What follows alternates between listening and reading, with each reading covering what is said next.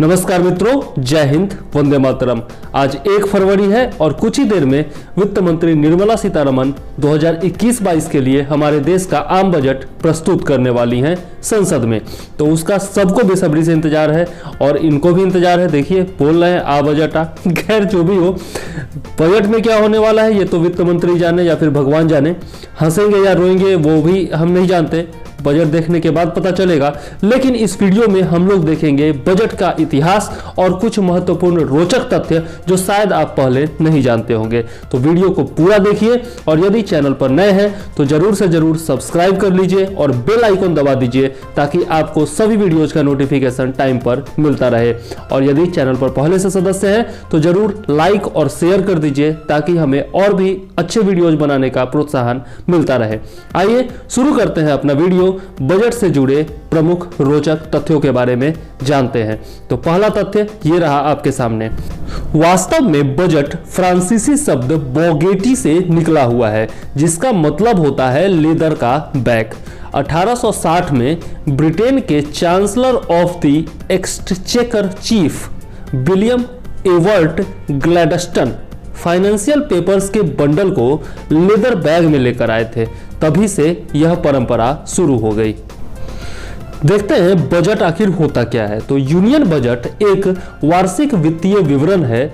जैसा कि हमारे संविधान में लिखा गया है, कहीं भी बजट शब्द का जिक्र नहीं है, हर जगह वार्षिक वित्तीय विवरण ही लिखा गया है। तो वार्षिक वित्तीय विवरण है जो आगामी वित्तीय वर्ष में सरकार के लिए अनुमानित व्यय, मतलब जितना भी खर्च का अनुमान है, और अपेक्षित राजस्व, मतलब कि जितना भी एक्सपेक्टेशन है राजस्व आने का, मतलब कि आमदनी होने का, इसका विवरण प्रदान करता है जो अप्रैल में शुरू होता है और मार्च में समाप्त होता है। क्योंकि हमारा जो वित्तीय वर्ष होता है वह 1 अप्रैल से शुरू होता है और आपका 31 मार्च को समाप्त होता है, इसलिए ऐसा होता है। एक वित्त वर्ष में सरकार कितनी कमाई करेगी और उसका कहां कहां कितना खर्च होगा, इस बात की पूरी जानकारी मुहैया कराने को बजट कहा जाता है। बजट की घोषणा के दौरान ही सरकार तमाम योजनाओं की घोषणा भी करती है क्योंकि योजनाओं को चलाने में भी सरकार का पैसा खर्च होता है। वहीं टैक्स समेत तमाम तरह की राहतों की घोषणा भी बजट में ही की जाती है क्योंकि यह भी सरकार के खर्च जैसा ही होता है। तो यहाँ पर हम देखते हैं कि जितना भी आपका मतलब कि खर्च होना है, कितना कमाई होना है, मतलब कि किस प्रकार से इनकम टैक्स वगैरह से आमदनी होनी है, किस प्रकार से इनडायरेक्ट टैक्स हो, डायरेक्ट टैक्स हो, इन सब से आमदनी होगी और कहाँ कहाँ किन किन योजनाओं पर खर्चा होगा, क्या क्या इंफ्रास्ट्रक्चर पर खर्चा होगा, रक्षा पर, शिक्षा पर, स्वास्थ्य पर, इन सब पर कितना खर्चा होगा, यह सब जो है बजट में बताया जाता है। इसके अलावा जितनी योजनाएं सरकार चलाती है उन सब का विवरण भी दिया जाता है, नई योजनाएं भी शुरू की जाती हैं। तो ये सब बातें बजट में हमेशा देखने को मिलती हैं। आइए अब नेक्स्ट तथ्य देखते हैं। आम बजट में देश के सभी मंत्रालयों और विभागों में साल भर में खर्च किए जाने वाली मदों और राजस्व प्राप्ति का ब्यौरा रहता है। किन किन योजनाओं पर साल भर में कितना खर्च करना है, इसकी सभी जानकारी इस बजट में होती है। आम बजट में एक वित्तीय वर्ष यानी कि 1 अप्रैल से 31 मार्च तक का लेखा जोखा टोटल होता है। ठीक है, मतलब एक वित्तीय वर्ष में जितना भी खर्च होना है और जितना भी आमदनी होना है, ये सब का जिक्र जो है आपका बजट में किया जाता है। ठीक है, आगे देखते हैं बजट का समय।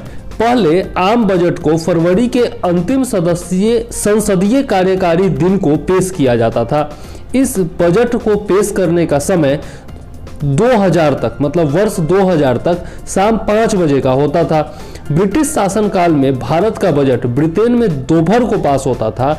इसके बाद शाम में 5 बजे इसे भारतीय संसद में पेश किया जाता था। 2001 में एनडीए के शासनकाल में बीजेपी के वित्त मंत्री यशवंत सिंह ने सालों से चली आ रही इस परंपरा को तोड़कर बजट का समय सुबह 11 बजे किया। तब से बजट सुबह 11 बजे पेश किया जाता है। अब मोदी सरकार ने आम बजट पेश किए जाने का समय 1 फरवरी को तय कर दिया है, यानी कि अब 1 फरवरी को ही हर साल आम बजट पेश किया जाता है। तो यह जो है आपका बजट पेश करने के जो समय का इतिहास है वह इस प्रकार है। 5 बजे इसलिए पहले पेश किया जाता था क्योंकि भैया साथ में मतलब कि 11 बजे तो ब्रिटेन में ही आपका हमारा बजट पास होता था, और उसके बाद यहाँ पर शाम में 5 बजे होता था, क्योंकि समय का जो अंतर है ना, जब यहाँ पर दिन होता है भारत में तब वहाँ पर रात होता है, और जब वहाँ रात होता है तब यहाँ पर दिन होता है। तो 11 बजे वहाँ पर आप दोपहर का समय है, तो यहाँ पर देख सकते हैं कि रात का समय है ना। तो इसलिए अंग्रेजों के समय में बजट जो है वो शाम में 5 बजे भारत में पेश किया जाता था। आगे देखते हैं, पहला जो तथ्य है वह है ब्रिटिश क्राउन के अंतर्गत ईस्ट इंडिया कंपनी के द्वारा भारत में 7 अप्रैल 1860 को पहला बजट पेश किया गया था, जिसे जेम्स विल्सन ने पेश किया था। यह ऐतिहासिक तथ्य है और पूछा भी जा सकता है, तो जेम्स विल्सन का नाम जो है वो याद रखिएगा। उन्हें भारतीय बजट का संस्थापक भी कहा जाता है। ठीक है, तो ये डायरेक्ट क्वेश्चन पूछा जा सकता है कि भारतीय बजट का संस्थापक किसे कहते हैं। नेक्स्ट देखते हैं, आजादी के बाद पहले वित्त मंत्री आर सन्मुखम चेट्टी ने 26 नवंबर 1947 को शाम 5 बजे स्वतंत्र भारत देश का पहला बजट पेश किया था, और यह जो था अंतरिम बजट था, पूर्ण बजट नहीं था। क्योंकि देख सकते हैं आप 26 नवंबर को पेश किया गया है ना, तो 26 नवंबर से लेकर के और मार्च 31 तक का बजट, तो ये ज़्यादा समय का बजट नहीं है, कम समय का बजट है, इसलिए अंतरिम बजट इसको कहेंगे। ओके, आगे देखते हैं, स्वतंत्र भारत का पहला बजट केवल 7 महीने यानी कि 15 अगस्त 1947 से लेकर 31 मार्च 1948 तक के लिए ही पेश किया गया था। इसमें भारतीय अर्थव्यवस्था की समीक्षा की गई थी और कोई नया टैक्स नहीं लगाया गया था। ठीक है, तो यह जो था अंतरिम बजट था, स्वतंत्र भारत का जो पहला बजट था, ठीक है, वो 7 महीने के लिए ही बजट बनाया गया था और कोई नया टैक्स नहीं लगाया गया था। आगे देखते हैं, अंतरिम बजट शब्द का प्रयोग पहली बार आर सन्मुखम चेट्टी ने 1948-49 के अपने बजट भाषण में किया था। यह भी बहुत इंपॉर्टेंट पॉइंट है। इसके बाद से ही छोटी अवधि के बजट के लिए अंतरिम शब्द का प्रयोग किया जाने लगा। ठीक है, जैसा कि आप देख सकते हैं कि 2019 में आपका जब चुनाव हुआ था तो मोदी सरकार ने अंतरिम बजट पेश किया था, है ना। उसके बाद फिर जुलाई में दोबारा बजट पेश किया गया। आगे देखते हैं, नॉर्थ ब्लॉक में हलवा समारोह का आयोजन किया जाता है बजट से पहले, और इसमें वित्त मंत्री बजट तैयार करने वाले अधिकारियों के बीच हलवा वितरित करती हैं। इस कार्यक्रम के साथ ही बजट दस्तावेजों की छपाई की प्रक्रिया शुरू हो जाती है।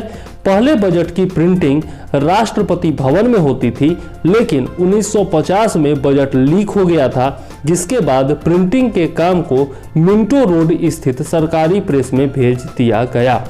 ठीक है, तो बजट का जो छपाई शुरू होता है उससे पहले जो वित्त मंत्री हैं वो हलवा समारोह का आयोजन करती हैं, और इसमें वित्त मंत्रालय के जितने भी अधिकारी होते हैं और जो बजट तैयार करने वाले अधिकारी होते हैं उन सब के बीच में हलवा वितरित किया जाता है, और यह परंपरा वर्षों से चली आ रही है।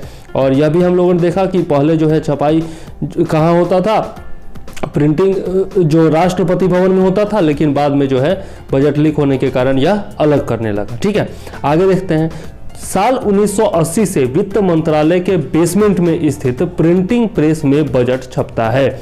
यह भी याद रखिएगा, बजट पेश होने से 1 सप्ताह पहले पूरी जांच पड़ताल कर इस प्रक्रिया से जुड़े अधिकारियों को नॉर्थ ब्लॉक के प्रिंटिंग प्रेस में भेजा जाता है।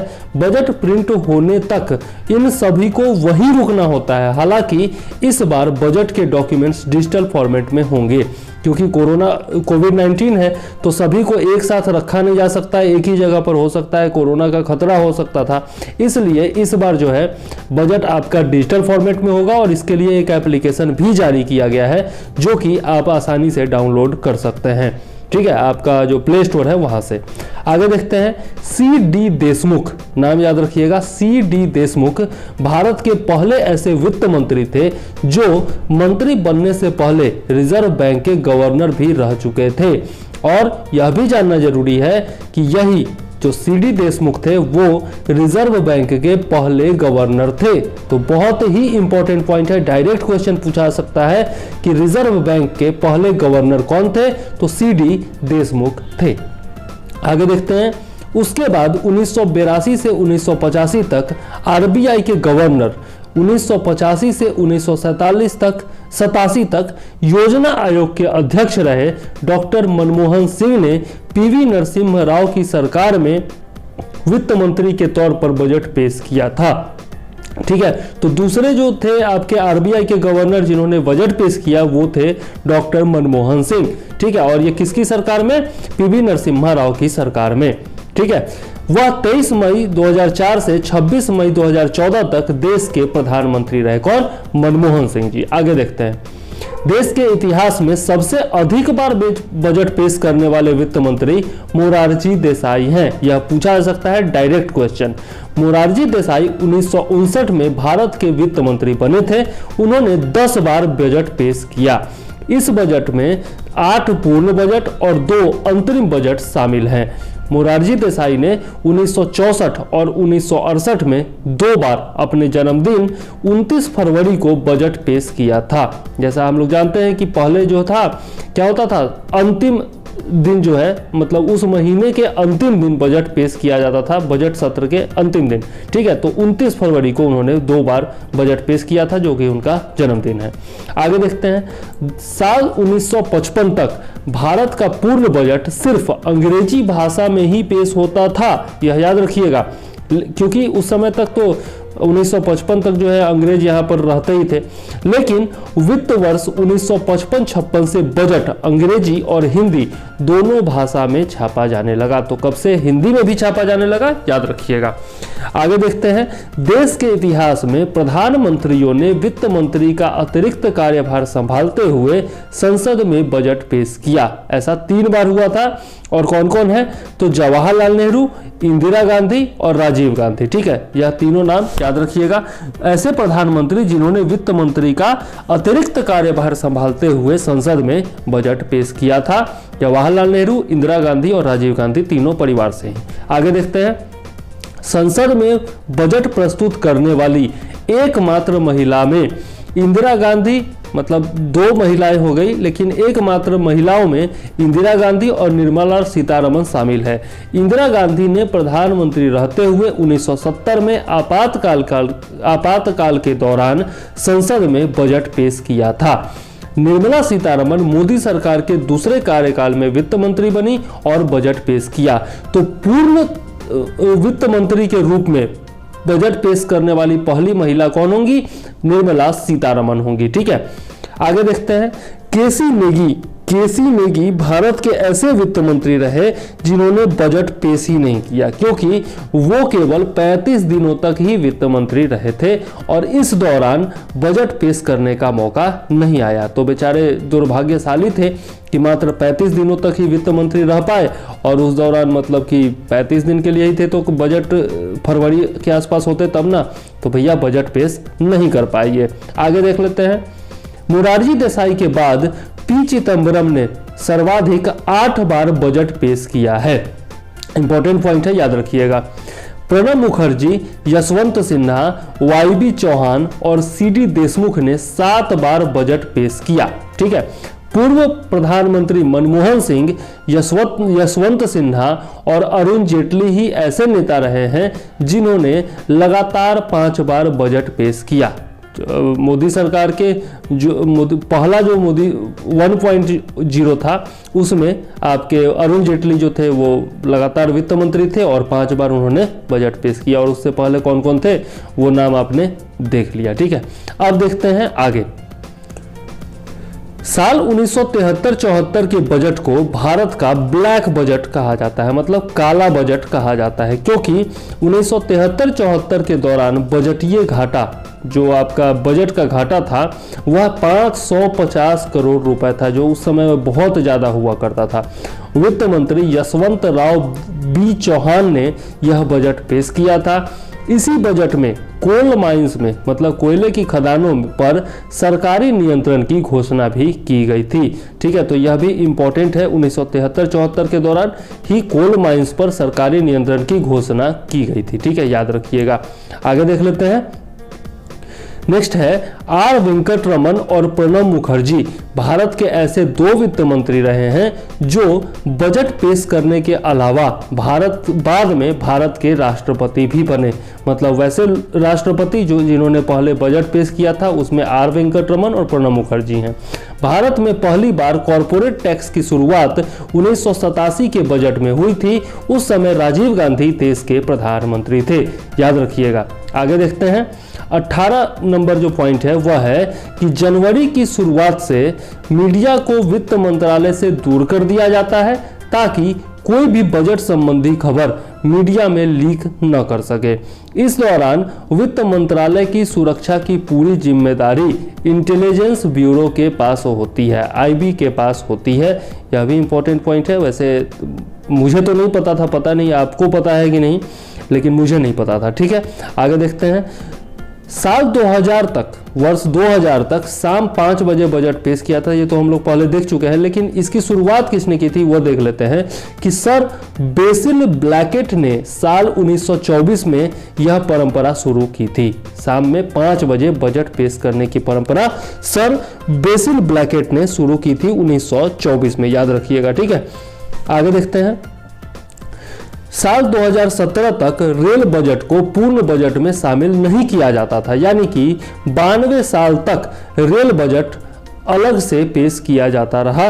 लेकिन मोदी सरकार ने रेल बजट को पूर्ण बजट में शामिल कर दिया, मतलब दोनों को एक साथ इंक्लूड कर दिया। रेल बजट अलग से अब पेश नहीं किया जाता है जब से मोदी सरकार आई है। उसके बाद से सिर्फ एक ही बजट पेश किया जाता है, मतलब आम बजट पेश किया जाता है और उसी में रेलवे का भी बजट शामिल होता है। ठीक है, तो ये हमारा जो था आखिरी पॉइंट था और उम्मीद है आपको बड़ा अच्छा लगा होगा ये सब पॉइंट। और बहुत सारे पॉइंट्स ऐसे भी होंगे जो आप नहीं जानते होंगे। तो यदि वीडियो पसंद आया हो तो ज़रूर से ज़रूर हमारे चैनल को सब्सक्राइब कर लीजिए और इसको वीडियो को जो है शेयर करना तो बिल्कुल मत भूलिएगा, क्योंकि बहुत सारे लोग ऐसे भी होंगे जो नहीं जानते होंगे। पूरे परिवार के साथ वीडियो देखिए। ठीक है, और ये हमारा एक नया कार्यक्रम है जो 21 तारीख से शुरू हुआ है पीपीएससी के लिए और पहले से चल रहा है आपका पीसीएस की तैयारी के लिए। तो इस कार्यक्रम से आप जुड़ सकते हैं। इसके लिए आपको व्हाट्सएप करना है, यहाँ पर डिटेल आप सारा देखिए। ठीक है, आपका पीडीएफ नोट्स वगैरह दिया जाएगा, करंट अफेयर्स का नोट्स भी होगा, जीएस का भी नोट्स होगा, टेस्ट सीरीज होगा, आंसर राइटिंग वगैरह कराया जाएगा। ठीक है, और यहाँ पर फी वगैरह भी लिखा हुआ है। बस आपको क्या करना है, व्हाट्सएप करना है, सैंपल नोट्स देखना है और फिर पूरी तसल्ली के बाद ही पेमेंट करना है और जुड़ जाना है और तैयारी का जिम्मेदारी जो है हम पर छोड़ देना है। वीडियो यदि पसंद आया हो तो ज़रूर सब्सक्राइब कर लीजिए और बेल आइकॉन दबा दीजिए ताकि सारा नोटिफिकेशन आपको टाइम पर मिलता रहे। धन्यवाद। जय हिंद, वंदे मातरम।